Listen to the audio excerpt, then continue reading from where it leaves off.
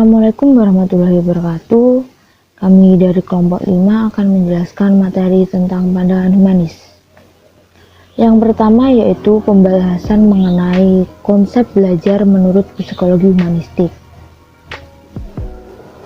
Gagasan tentang psikologi humanistik datang dari sekelompok psikolog di bawah kepemimpinan Abraham Maslow pada awal tahun 1960. Yang bekerja untuk membangun sebuah teori alternatif yang layak selain teori psikoanalisis dan teori behaviorisme. Karena pada saat itu teori yang sangat berpengaruh yaitu teori psikoanalisis dan behaviorisme. Konsep humanistik mengajarkan manusia memiliki rasa kemanusiaan yang mendalam, menghilangkan sifat-sifat egois, otoriter, dan individualis. Munculnya teori humanistik berfokus pada bagaimana manusia dipengaruhi oleh arti pribadi dengan pengalaman mereka yang menekankan pada kualitas subjektif dari pengalaman manusia dan makna pribadi. Dalam teori belajar humanistik, tujuan belajarnya yaitu untuk memanusiakan manusia. Proses belajar dianggap berhasil jika si pelajar memahami lingkungannya dan memahami dirinya sendiri.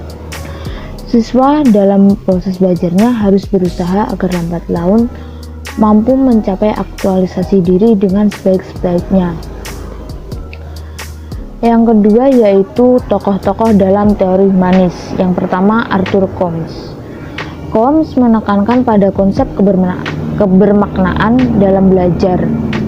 Combs menurutnya guru tidak memaksakan materi yang tidak disukai atau tidak relevan dengan kehidupan mereka.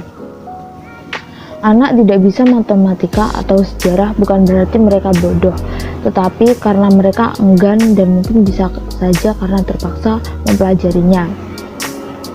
Karena sebenarnya tidak ada alasan penting untuk mempelajarinya. Combs menambahkan bahwa perilaku buruk itu sebenarnya tidak lain hanyalah dari ketidakmampuan seseorang untuk melakukan sesuatu yang tidak akan memberikan kepuasan baginya. Jadi, jika seseorang berperilaku menyimpang, maka artinya tak lain hanyalah dari ketidakmauan seseorang untuk melakukan sesuatu yang tidak memberikan kepuasan baginya. Seorang guru hanya memahami perilaku siswa dengan mencoba memahami dunia persepsi siswa tersebut. Jika guru ingin mengubah perilaku siswa, maka guru harus berusaha mengubah keyakinan atau pandangannya. Tokoh yang kedua yaitu Abraham Maslow. Teori Maslow tersebut didasarkan pada asumsi bahwa di dalam diri individu terhadap dua hal, yaitu suatu usaha yang positif untuk berkembang, kekuatan untuk melawan atau menolak perkembangan tersebut. Maslow mengemukakan bahwa individu berperilaku dalam upaya untuk memenuhi kebutuhan yang bersifat hierarkis. Pada diri masing-masing, orang bisa timbul berbagai perasaan takut, seperti takut untuk berusaha, takut untuk berkembang, ataupun takut-takut yang lainnya. Tetapi di sisi lain, seseorang juga memiliki dorongan untuk lebih maju ke arah keutuhan, keunikan diri, ke arah berfungsinya semua kemampuan, ke arah kepercayaan diri menghadapi dunia luar sana, dan pada saat itu juga ia akan menerima dirinya sendiri. Tokoh yang ketiga yaitu Carl Rogers.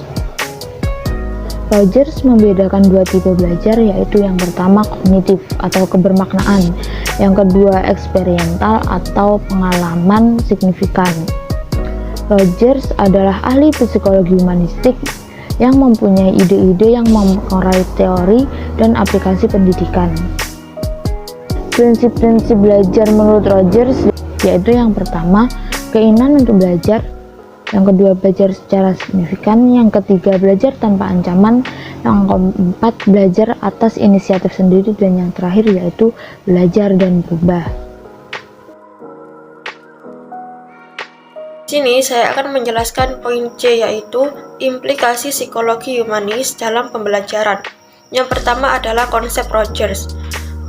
Rogers tidak begitu memperhatikan metodologi pengajaran, nilai dari kurikulum, keahlian ilmiah guru, atau penggunaan teknologi tidak begitu penting dalam memudahkan belajar, seperti respon perasaan siswa atau mutu dari interaksi antara siswa dan guru.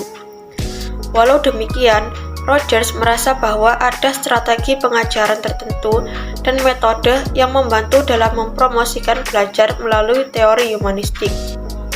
Yang kedua adalah guru dengan humanistik. Pandangan humanistik menekankan pada keunikan siswa dan sikap guru terhadap para siswa. Karenanya, para guru humanistik terutama perlu lebih sensitif pada keanekaragaman di dalam kelas-kelas mereka. Hal tersebut mengisyaratkan perlunya upaya yang lebih variatif dan kaya dalam memenuhi kebutuhan belajar dan perkembangan siswa. Yang ketiga adalah teori humanistik Rogers. Rogers awalnya adalah psikoterapis terkemuka. Perhatian utamanya adalah pada pemahaman kepribadian manusia untuk memahami bagaimana hal itu bisa diubah. Bagaimana kebahagiaan hidup kembali dari kesedihan. Teorinya muncul sebagai reaksi terhadap pendekatan populer lainnya dalam terapi seperti behaviorisme dan teori Freud. Rogers merasakan betul bahwa pendekatan ini sedikit lebih jauh dari humanisasi yang seharusnya mereka lakukan. Yang keempat adalah istilah-istilah utama dalam teori Rogers. Terminologi berbeda digunakan untuk menguraikan berbagai penekanan dari teori Rogers. Pendekatan yang biasanya digunakan adalah client-centered therapy, yaitu merupakan pendekatan terapi yang berpusat pada klien, yaitu dirancang sesuai kebutuhan klien yang berhubungan dengan permasalahan emosional dan tingkah laku. Kita akan menjelaskan mengenai poin D, yaitu pandangan Bloom dan Caldwell terhadap belajar. Bloom dan Caldwell lebih menekankan perhatiannya kepada apa yang harus dikuasai oleh individu setelah melalui peristiwa belajar. Tujuan belajar yang dikemukakannya dirangkum ke dalam 3 kawasan yang dikenal dengan sebutan taksonomi Bloom. Melalui taksonomi Bloom ini telah berhasil memberikan inspirasi kepada banyak pakar pendidikan dalam mengembangkan teori-teori maupun praktek pembelajaran. Taksonomi Bloom terdiri dari 3 kawasan. Yang pertama adalah kawasan kognitif. Kawasan kognitif ini terdiri dari 6 tingkatan. Yang pertama adalah pengetahuan, yaitu mengingat atau menghafal. Yang kedua adalah pemahaman, yaitu menginterpretasikan. Yang ketiga adalah aplikasi, yaitu menggunakan konsep-konsep untuk memecahkan suatu masalah. Yang keempat adalah analisis, menjabarkan suatu konsep, dan sintesis, menggabungkan bagian-bagian konsep menjadi suatu konsep yang utuh. Yang kelima adalah evaluasi, yaitu membandingkan nilai-nilai sebagai bagian dari pola hidup. Dan yang terakhir adalah kreativitas. Kawasan yang kedua adalah kawasan efektif yang terdiri dari 5 tingkatan. Yang pertama adalah pengenalan, yaitu ingin menerima dan sadar akan adanya sesuatu. Yang kedua adalah merespon, yaitu aktif berpartisipasi. Yang ketiga adalah penghargaan, yaitu menerima nilai-nilai dan setia pada nilai tertentu. Yang keempat adalah pengorganisasian, yaitu menghubungkan hubungan nilai yang dipercayai. Yang kelima adalah pengamalan, yaitu menjadikan nilai-nilai sebagai bagian dari pola hidup. Kawasan yang terakhir adalah kawasan psikomotorik, yaitu terdiri dari 5 tingkatan. Yang pertama adalah peniruan, yaitu menirukan gerak. Yang kedua adalah penggunaan, yaitu menggunakan konsep untuk melakukan gerak.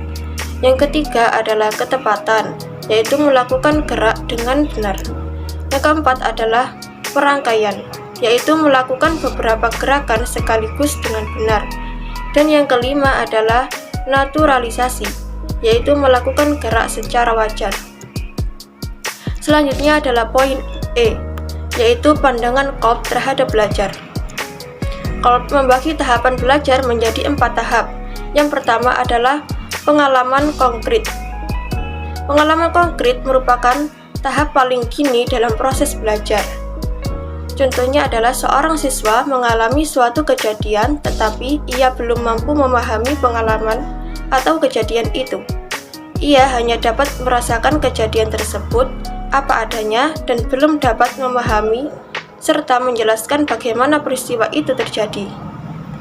Ia juga belum dapat memahami mengapa peristiwa tersebut harus terjadi. Kemampuan inilah yang terjadi dan dimiliki seseorang pada tahap paling awal dalam proses belajar. Yang kedua adalah pengamatan aktif dan reflektif. Siswa mampu mengadakan observasi aktif terhadap kejadian itu, serta mulai berusaha memikirkan dan memahami secara aktif pengalaman dan secara reflektif mulai berusaha memaknai pengalaman itu. Yang ketiga adalah konseptualisasi. Siswa mulai belajar untuk membuat abstraksi atau teori tentang sesuatu yang pernah diamatinya. Pada tahap ini, siswa diharapkan sudah mampu untuk membuat aturan-aturan utama atau aturan-aturan umum, yaitu generalisasi, dari berbagai contoh kejadian yang meskipun nampak yang berbeda-beda, tetapi mempunyai landasan aturan yang sama. Berpikir induktif banyak dilakukan untuk merumuskan suatu aturan umum atau generalisasi dari berbagai contoh peristiwa yang dialaminya. Yang keempat adalah eksperimentasi aktif. Siswa sudah mampu mengaplikasikan suatu aturan umum, konsep-konsep, teori-teori, atau aturan-aturan ke dalam situasi yang nyata atau baru. Berpikir deduktif banyak digunakan untuk mempraktekkan dan menguji teori-teori serta konsep-konsep di lapangan. Menurut Cobb, siklus belajar ini terjadi secara berkesinambungan dan berlangsung di luar kesadaran si pembelajar. Dengan kata lain, meskipun dalam teorinya kita mampu membuat garis tegas atau tahap satu dengan lainnya, namun dalam praktek peralihan dari satu tahap ke tahap lainnya, itu seringkali terjadi begitu saja dan sulit kita tentukan kapan beralihnya. Ini saya akan membahas tokoh teori belajar lainnya, yaitu Hani dan Mumford. Pandangannya tentang belajar diilhami oleh pandangan Kolb tentang tahap-tahap belajar. Mereka membuat penggolongan siswa dan ia pun membagi siswa menjadi 4 macam tipe atau golongan. Yang pertama ada aktivis, yaitu mereka yang suka melibatkan diri dalam pengalaman-pengalaman baru. Mereka pun cenderung berpikir terbuka, mudah diajak berdialog, sifat mudah dipercaya, dan biasanya kurang skeptis terhadap sesuatu. Dalam proses belajar pun mereka menyukai metode yang mampu mendorong seseorang menemukan hal-hal baru seperti brainstorming atau problem solving. Tetapi mereka cepat bosan dengan hal-hal yang memerlukan waktu lama dalam implementasi. Kemudian yang kedua ada reflektor. Mereka cenderung sangat berhati-hati proses pengambilan keputusan. Siswa tipe seperti ini cenderung konservatif, yang artinya ia lebih suka menimbang-nimbang secara cermat baik ataupun buruk suatu keputusan. Yang ketiga ada teoritis. Biasanya tipe siswa sangat kritis, senang menganalisis dan tidak menyukai pendapat ataupun penilaian yang sifatnya subjektif. Bagi mereka, berpikir secara rasional adalah sesuatu yang sangat penting, sangat skeptis dan tidak menyukai hal-hal yang bersifat spekulatif. Kemudian yang keempat ada pragmatis, yaitu mereka yang menaruh perhatian pada aspek praktis dari segala sesuatu. Teori memang penting, namun bila teori tidak bisa dipraktikkan, ya untuk apa? Mereka memang bertipe tidak suka bertele-tele dalam membahas aspek teoris filosofis dari sesuatu. Bagi mereka, sesuatu dikatakan ada gunanya dan baik hanya jika bisa dipraktikkan. Habermas percaya bahwa belajar sangat dipengaruhi oleh interaksi, baik dengan lingkungan maupun dengan sesama manusia, sebab antara keduanya tidak dapat dipisah. Dan ia pun juga membagi tipe-tipe belajar menjadi 3 tipe. Yang pertama ada belajar teknis, yaitu menekankan interaksi manusia dengan lingkungan. Mereka berusaha menguasai dan mengelola alam dengan cara mempelajari keterampilan dan pengetahuan yang dibutuhkan. Dan yang kedua, belajar praktis yang menekankan tidak hanya interaksi manusia dengan lingkungannya, tetapi juga antara manusia dengan manusia lain. Pada tahap ini, pemahaman siswa terhadap lingkungan tidak berhenti sebagai suatu pemahaman yang kering dan terlepas kaitannya dengan manusia.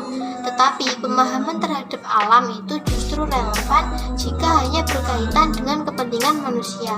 Yang ketiga, ada belajar emansipatoris yang menekankan bahwa sebuah pemahaman terhadap suatu perubahan kultural dalam suatu lingkungan.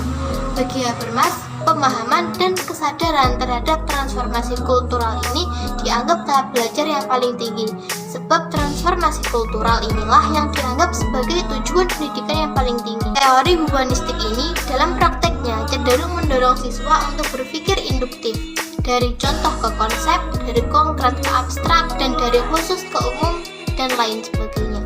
Dan juga amat mementingkan faktor pengalaman keterlibatan aktif siswa dalam proses belajar. Penerapan teori humanistik dalam pembelajaran atau kegiatan instruksional menurut Irawan adalah melalui beberapa tahap, yaitu yang pertama, menentukan tujuan-tujuan pembelajaran, yang kedua, menentukan materi pembelajaran, yang ketiga, mengidentifikasi entry behavior siswa, yang keempat, mengidentifikasi topik-topik yang memungkinkan siswa mempelajari secara aktif, yang kelima, mendesain wahana yang akan digunakan siswa untuk belajar, yang keenam, membimbing siswa belajar secara aktif, yang ketujuh, membimbing siswa memahami hakikat makna dari pengalaman belajar mereka, yang kedelapan, membimbing siswa membuat konseptualisasi pengalaman tersebut, yang kesembilan, membimbing siswa sampai mereka mampu mengaplikasikan konsep-konsep baru ke situasi yang baru, dan yang terakhir 10, mengevaluasi proses dan hasil belajar siswa. Demikian yang dapat kelompok kami sampaikan. Jika ada kurang lebihnya, kami mohon maaf. Wassalamualaikum warahmatullahi wabarakatuh.